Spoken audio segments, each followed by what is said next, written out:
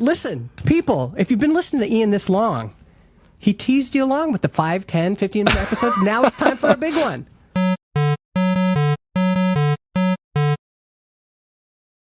Hello and welcome to the 4th episode of High-Low Piccolo with Ian Stain, where I share with you a success, a challenge, and something interesting I learned in the past 2 weeks. I am the titular Ian Stain, a curious guy and computer science student doing a summer co-op at Transistor FM, the company that hosts and distributes this very podcast. Today we are on video, and joining us is Justin Jackson, the CEO and co-founder of Transistor FM. Hi, Justin. Hey, I'm excited to be here. I've been listening. I'm your number one fan. Listen to every episode. You really are, because you're the one who asked me to do this podcast. I can't tell you how pleased I am that you're doing this. I think this was, I feared that you should probably do one as a part of your summer co-op, but it's ended up being, I think every new hire from now on out should have to make a public podcast. There you go. We've started a trend. Yeah. We're gonna institute it as a thing that needs to happen. I think it's great. Just to have somebody journaling their experience as a new employee is interesting. To hear your perspective as a comp sci student, and now you're kind of reflecting on your education, but also kind of applying different things and learning different things. I think all of that is such helpful. It's probably helpful for you. It's certainly helpful for me. So, yeah, I've been loving it. Great. Yeah, well, it's been good for me. You've wanted me to reflect on what I'm learning, but I'm also interested in what you are learning and what your 2 weeks have been. So let's jump into it. Hi. We're so out of sync. Okay, Justin, what was a personal success for you this week in the world of Transistor, and what did you learn from that? I got on a call with a customer called Kent C. Dodds, who is a highly influential JavaScript educator. He's got like 350,000 followers on Twitter or something like that. And he's one of the early users of our video podcasting features. And he's been really pushing the video beta, running into bugs and problems. Mm-hmm. And what I was getting in chat was he was getting frustrated about some things. And I think because he was getting frustrated, it was getting hard for us to deal with it in customer support chat. Mm-hmm. And to me, that is a signal that as soon as there's any sort of discord in a text-based chat, I've just learned the hard way, you've got to jump on a call. As soon as you start to feel any sort of like, okay, they're getting frustrated, I'm getting frustrated, jump on a call. It instantly humanizes the other person. And I was also just excited to have John join me on the call, my co-founder. He's the engineering side of Transistor. And I think customer calls are incredible because you can get an immediate sense of what's going on in their world that brought them to Transistor. We see things from our perspective, which is just, oh, here's a customer who's having a hard time, or here's a customer who's pushing the limits of the feature, or here's a customer that, isn't doing things the right way or whatever. But we are just a means to an end to them. In fact, Kent had this great line. Every customer call always has incredible lines, and I always try to record them if I can, like I get their permission. But he had this great line where he says, for me, the value prop of Transistor is as soon as a listener pushes play. Everything else, he says, is just friction for me. So for us, Transistor's our world. We're like, this is a cool software we're building, and we're doing it the right way and all this. But for a creator, Transistor is just a means to an end.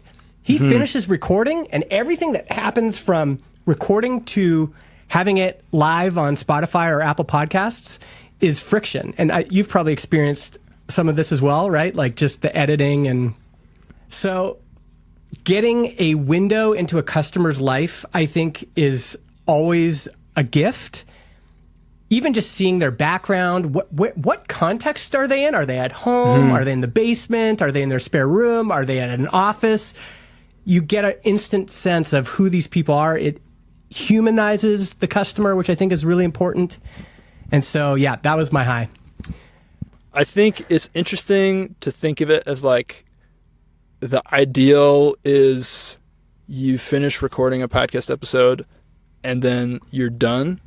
Yeah. Because some people do really enjoy like the editing process and other aspects, but like we don't provide that even. So like for us, we are just making Transistor is just making the distribution easier and like providing the other stuff. And so it might be like neat. Someone can appreciate it as like a good bit of software, but it is still something where they want to get through that process as fast as possible. It's not necessarily like entertainment or something for them to be in the Transistor software. Yeah.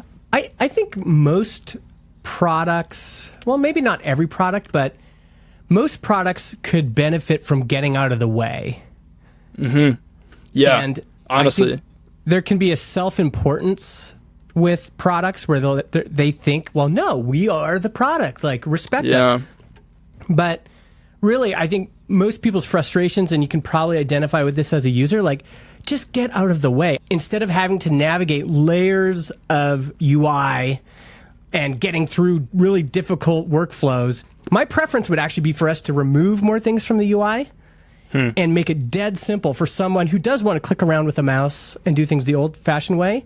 That is actually most of our customers. 80% of our customers are just very simple use cases.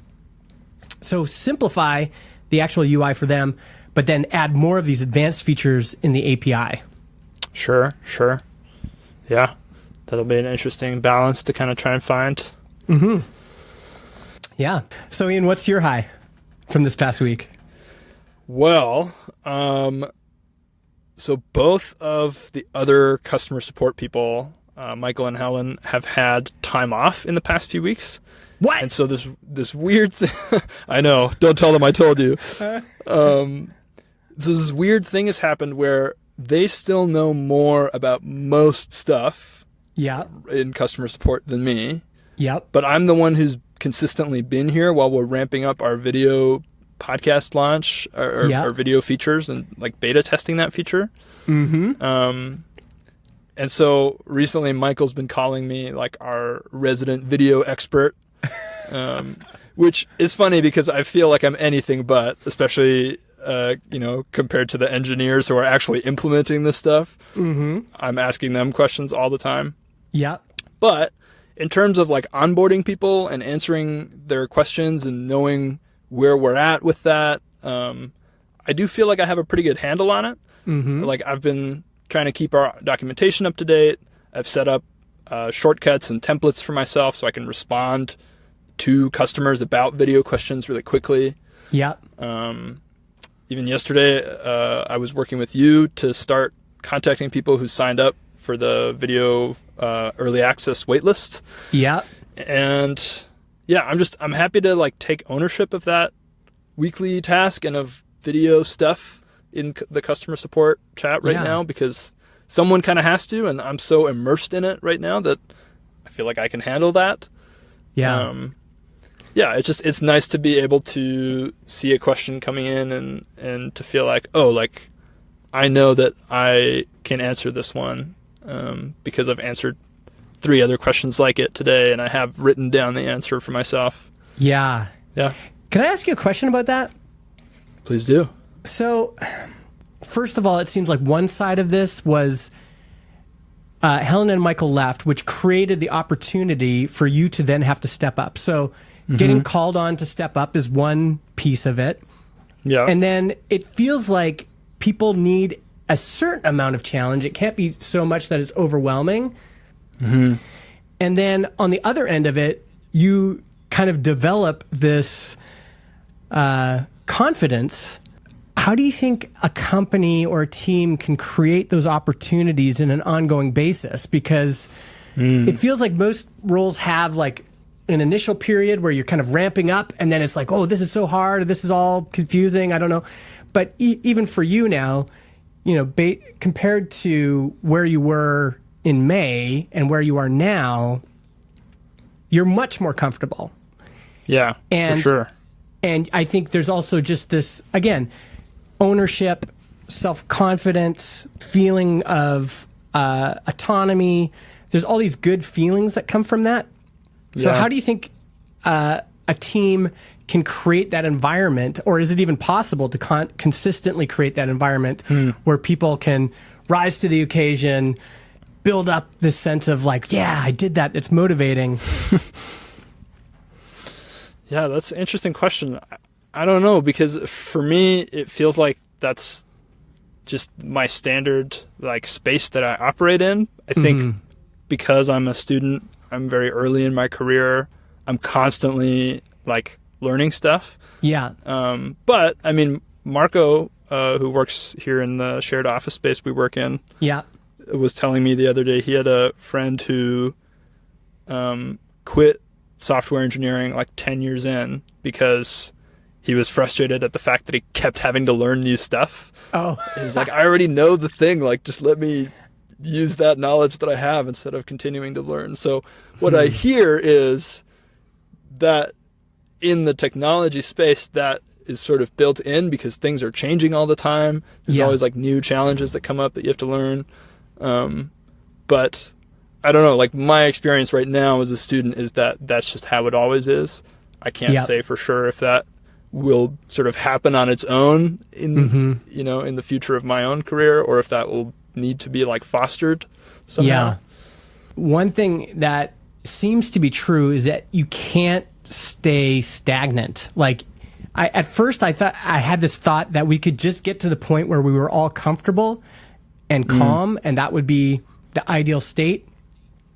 But what I've learned, I think, is that actually that's not good for a company, because humans, at least most humans that are driven, want to continue to learn, want to continue to progress, want to continue to move forward. We want a goal that we're going after.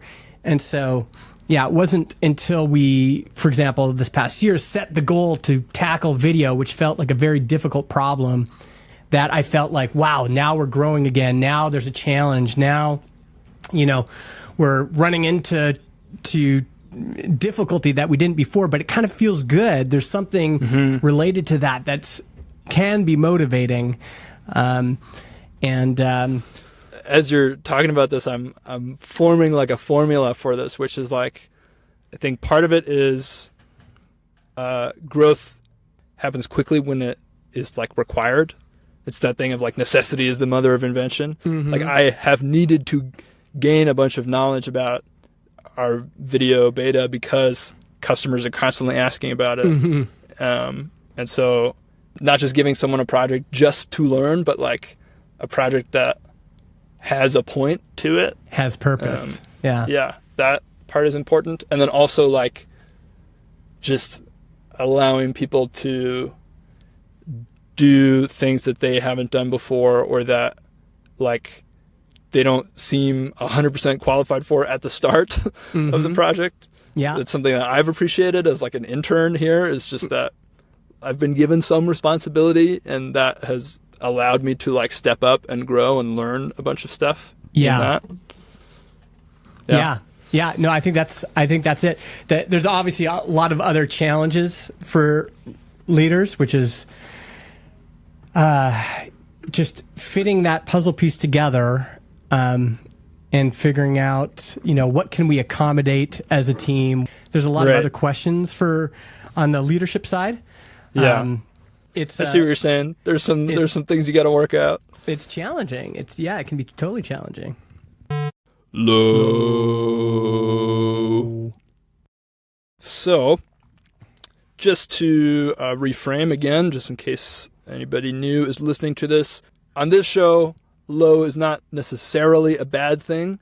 It can be low in the sense that it's something that was like more boring or more difficult. It can be bad. It's supposed to be something that was an opportunity to learn, though. So what was your low this week, Justin? Mine is a little bit of a frustration, and it's nobody's fault. Ultimately, it's my fault. Ultimately, it's just the thing that happens, but we have a list of 1,500 people that want video podcasting. And the essence of a list like that is that it gets cold. So some people signed up 2 months ago, and they were hot. They were warm leads. They wanted to accomplish something, which is they wanted to publish video on Apple Podcasts and Spotify and YouTube. And that motivation brought them to our website, which is already a gift to get anybody to show up to your website. And then for any of them to opt in to saying, yes, I want this thing. A lot of these are existing customers. A lot of them are brand new people. And I just see before my eyes, it's like the list is degrading because people's motivation subsides. Jason Fried has this great quote where he says, inspiration is perishable. And I think that's true for customers. They get inspired one day to say, you know what, I'm going to fix that door lock. Like it's been bugging me forever. I'm going to go to Home Depot. I'm going to get it done. But if there's too much friction or too much waiting or too much in the way of them achieving the thing, they'll be like, forget it. I'll just, and then it goes back to the back burner. And so I have an incredible amount of impatience and desire for us to be reaching out to this list, for us to be communicating, and for us to be onboarding as many as we can. We've onboarded, I think, 158 people, which is fine. It's in beta. There's lots to figure out. But this is just the tension in my soul. It's been like this forever. It is a impatience. It is a good impatience, I think, because we've never had a waiting list for any feature that's 1,500 people. Never. Right. So the fact that there's so many people interested, like there might be 10, 20 people that have signed up today. And I'm just eager to get to them. So my low is, that's my low. High in that we finally did something about it. Like we sent out a big bulk of emails. But that's my low for this week. That is interesting. It's honestly not too dissimilar from my low. Okay. My low is kind of like the flip side of my high. Yeah. Where because I'm so immersed in doing customer support for video, I'm also very aware of the rough edges that our features have right now. Yeah. You know, people are catching all these little cases where our product doesn't quite do what they expect, or they're trying to do something and it doesn't work. Yeah. And that's a good thing, actually, because, you know, that's like the whole point of doing beta testing before you fully launch a product. Yeah. Or getting people to do some testing for us. Yeah. But I also feel the tension where people are like eager to start using this. They have something that they want to do now. They want to post videos now for episodes instead of like backfilling it 3 months from now. And so I sympathize with the customers. I think like I'm like, yeah, man, you want to do something reasonable. It doesn't work. And part of me just wants to fix that right away for them. Yeah. But then on the other hand, I also sympathize with the engineers who are fixing all these things, because I'm like, I know that they want to fix stuff, but they can't do it all at once. You know, it is a process. They have to do one thing one day and another thing another day. Yeah. And so the challenge, I guess, is just like managing that tension, managing it internally, because it doesn't help for me to get too stressed out about things that are outside my control. Yeah. Like, for example, Apple requires that users go to them for approval for video. And so we have to be sending people to them, and then they come back to us, and there's like friction there, but there's not really anything we can do about that just yet. Yep. And then also I'm learning to kind of manage that tension externally as well. Like, how can I translate from the customer side to the engineering side? Like, hey, here is a clear, structured explanation of the problem that needs to get fixed. Here's how high of a priority it is. And then also translating the other way, like, okay, hey, customer, we're working on it. It's going to take some time. We're still in beta testing.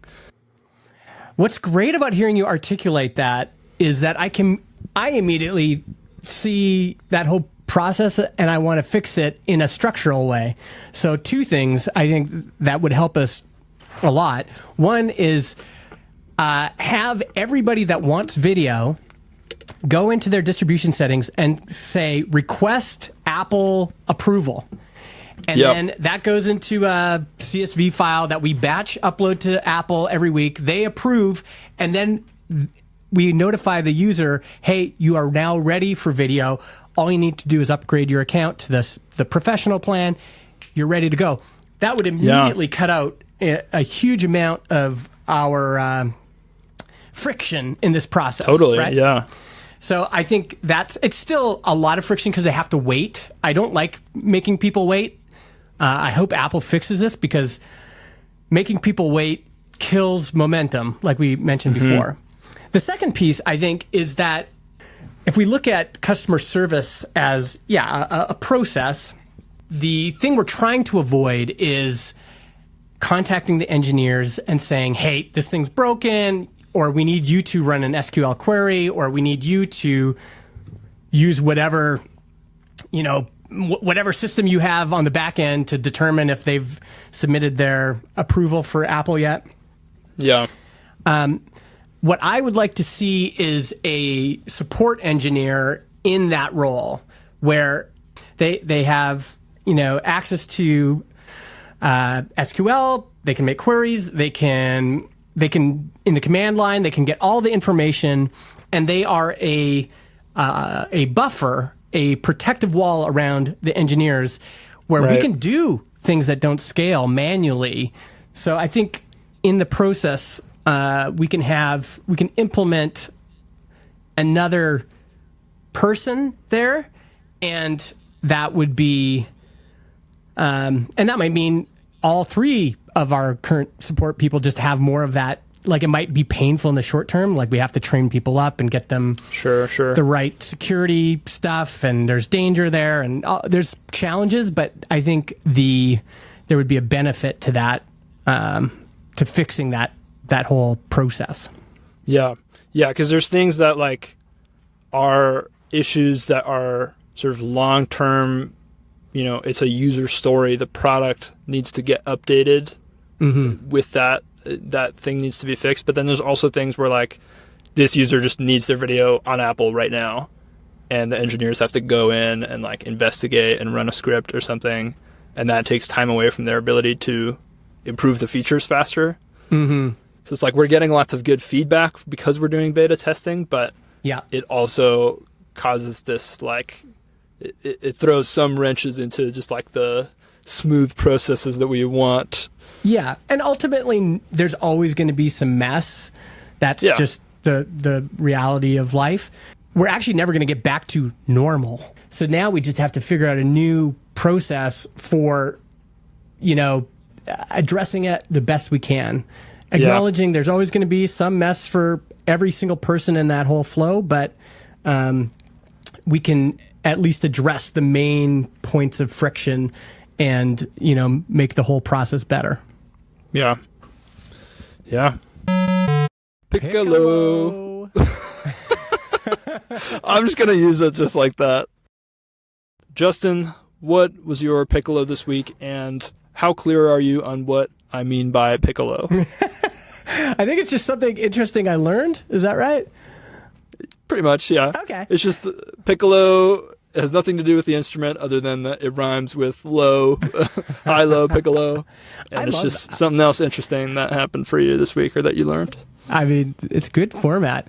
So it's related to what we've been talking about. I've been loving this writer who writes on business startup topics. His name is Rob Snyder. And he talks a lot about how customer desire and motivation really works. And a lot of people are like, well, how do you know if there's enough customer demand for the thing that you're building, right? That is essentially the problem in business, is that you're thinking about offering something, but you don't know if enough people are going to actively want it, right? Right. And his response is, the evidence is that they are actively trying to buy despite all of the impediments that are put in their way. So it's like, hey, this feature's not really done yet. We can't really release it. They're like, please just give it to me anyway. Yeah, right? Yeah, that's happening for us. That's happening for us. That's you put up friction. Like you say, well, to access this, you're going to have to put in your credit card first, right? There's maybe your marketing materials aren't ready. Maybe your processes aren't ready. But despite all of the bits that you feel aren't ready yet and it's not quite right, people are actively trying to buy. Now, the death knell for any business is when there's silence. Like you finally get around to offering the thing, and people are just kind of like, eh. They're not actively trying to buy, but a good early signal, and we're getting it with video, is despite the fact that you have to ask Apple for approval, and despite the fact you have to sign up for a waiting list, and despite the fact that you have to upgrade, and despite the fact that you have to, despite, I still want it. That is kind of the holy grail of customer demand. That's what every business wants. It is incredibly difficult to find and capture in the real world. In this case, I observed it. I knew that the demand for video was there. I've been wanting this for a while. And then to capture that wave of demand when it comes is obviously not easy. But the signal that you're looking for is that despite the fact that you just have a coming soon page, they're finding you on LinkedIn and DMing you and saying, I know it says coming soon, but is there any way I can get access now? That is the signal you're looking for. Yeah, that's interesting. I mean, I know exactly what you mean because we are really experiencing that right now, but I hadn't really thought of it in such articulated terms before. What was your PICCOLO? Yeah, so my PICCOLO this week is honestly, it's kind of a high as well. It's just that my integration project is deployed now. So I did a little project to allow us to create customer support stories or tickets or whatever you want to call them in our customer support software. And then it gets posted to our project management software right away. And the link comes back to the customer support software. That's just a little process that I got to improve. And in particular, this past week, what I got to learn about was how to deploy my code on a Cloudflare worker. And so I got to work with Jason and John a little bit. I had a call with them, which was fun. Those are our engineers. And it was nice to do that sort of not only in theory, but actually practically sit with them and be like, okay, this is where it's going to live. It's owned by a company account so that when I leave, it's still around. And what's a practical way that I can get the API secrets to John and Jason. And okay, now that it's running, how do we check that it works? And that's something I hadn't thought about. And so Jason was like, oh, just add a little endpoint to the API that just, you can go to that URL in the browser and it'll just show up as success or, health check true. And so I did that. And now I'm like, oh, that's a great little tidbit to know for the next time I design an API endpoint or an app or something. Add a little health check so I can check that it is running. Yeah, what an awesome project, because that's kind of everything. You had to say, okay, here's a problem that somebody's having. There's enough demand there that they've asked me to build it. And then you have to, there's all sorts of decisions you had to make. It could have been, for example, the software could work totally different. It could be oh, you've actually got to go to a separate Google form, and it just the link just opens up a separate Google form, and then it gets submitted and notifies you in Slack. But yours, you submit it right in the context in Shortcut, and then it automatically posts back to the conversation thread as a note. And that is a product decision. That is a problem solving on a higher level than just oh, here's a bunch of code I got to write, or here's whatever. This is oh, I've got to actually make some shaping decisions on how I'm going to shape up this piece of software and implement it. Yeah, the hardest parts of this project were definitely not the coding. Like, there was coding things I had to learn, but it was the decision making of like what tools are appropriate for this. What resources can I use that the company already has? What do the 3 users need? Mm-hmm. So it was a good little microcosm of like a developing a product. Yeah, I love it. Well done. From my side, you've done excellent. This is like you're past your first month now, right? You're about a month and a half in. Yeah, I think I'm almost at 2 months. This is weeks. Well, no, not quite. This is weeks 6 and 7 that we're reflecting on right now for me. Yeah. I think we're getting there. I think you've done great. This has been really wonderful to have you on the team.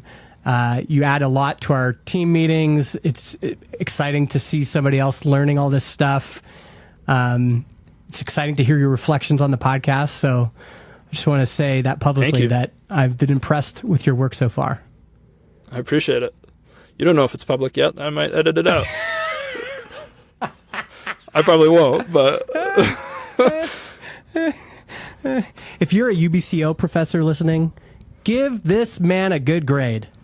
Thanks. I'll play that for them. Yeah.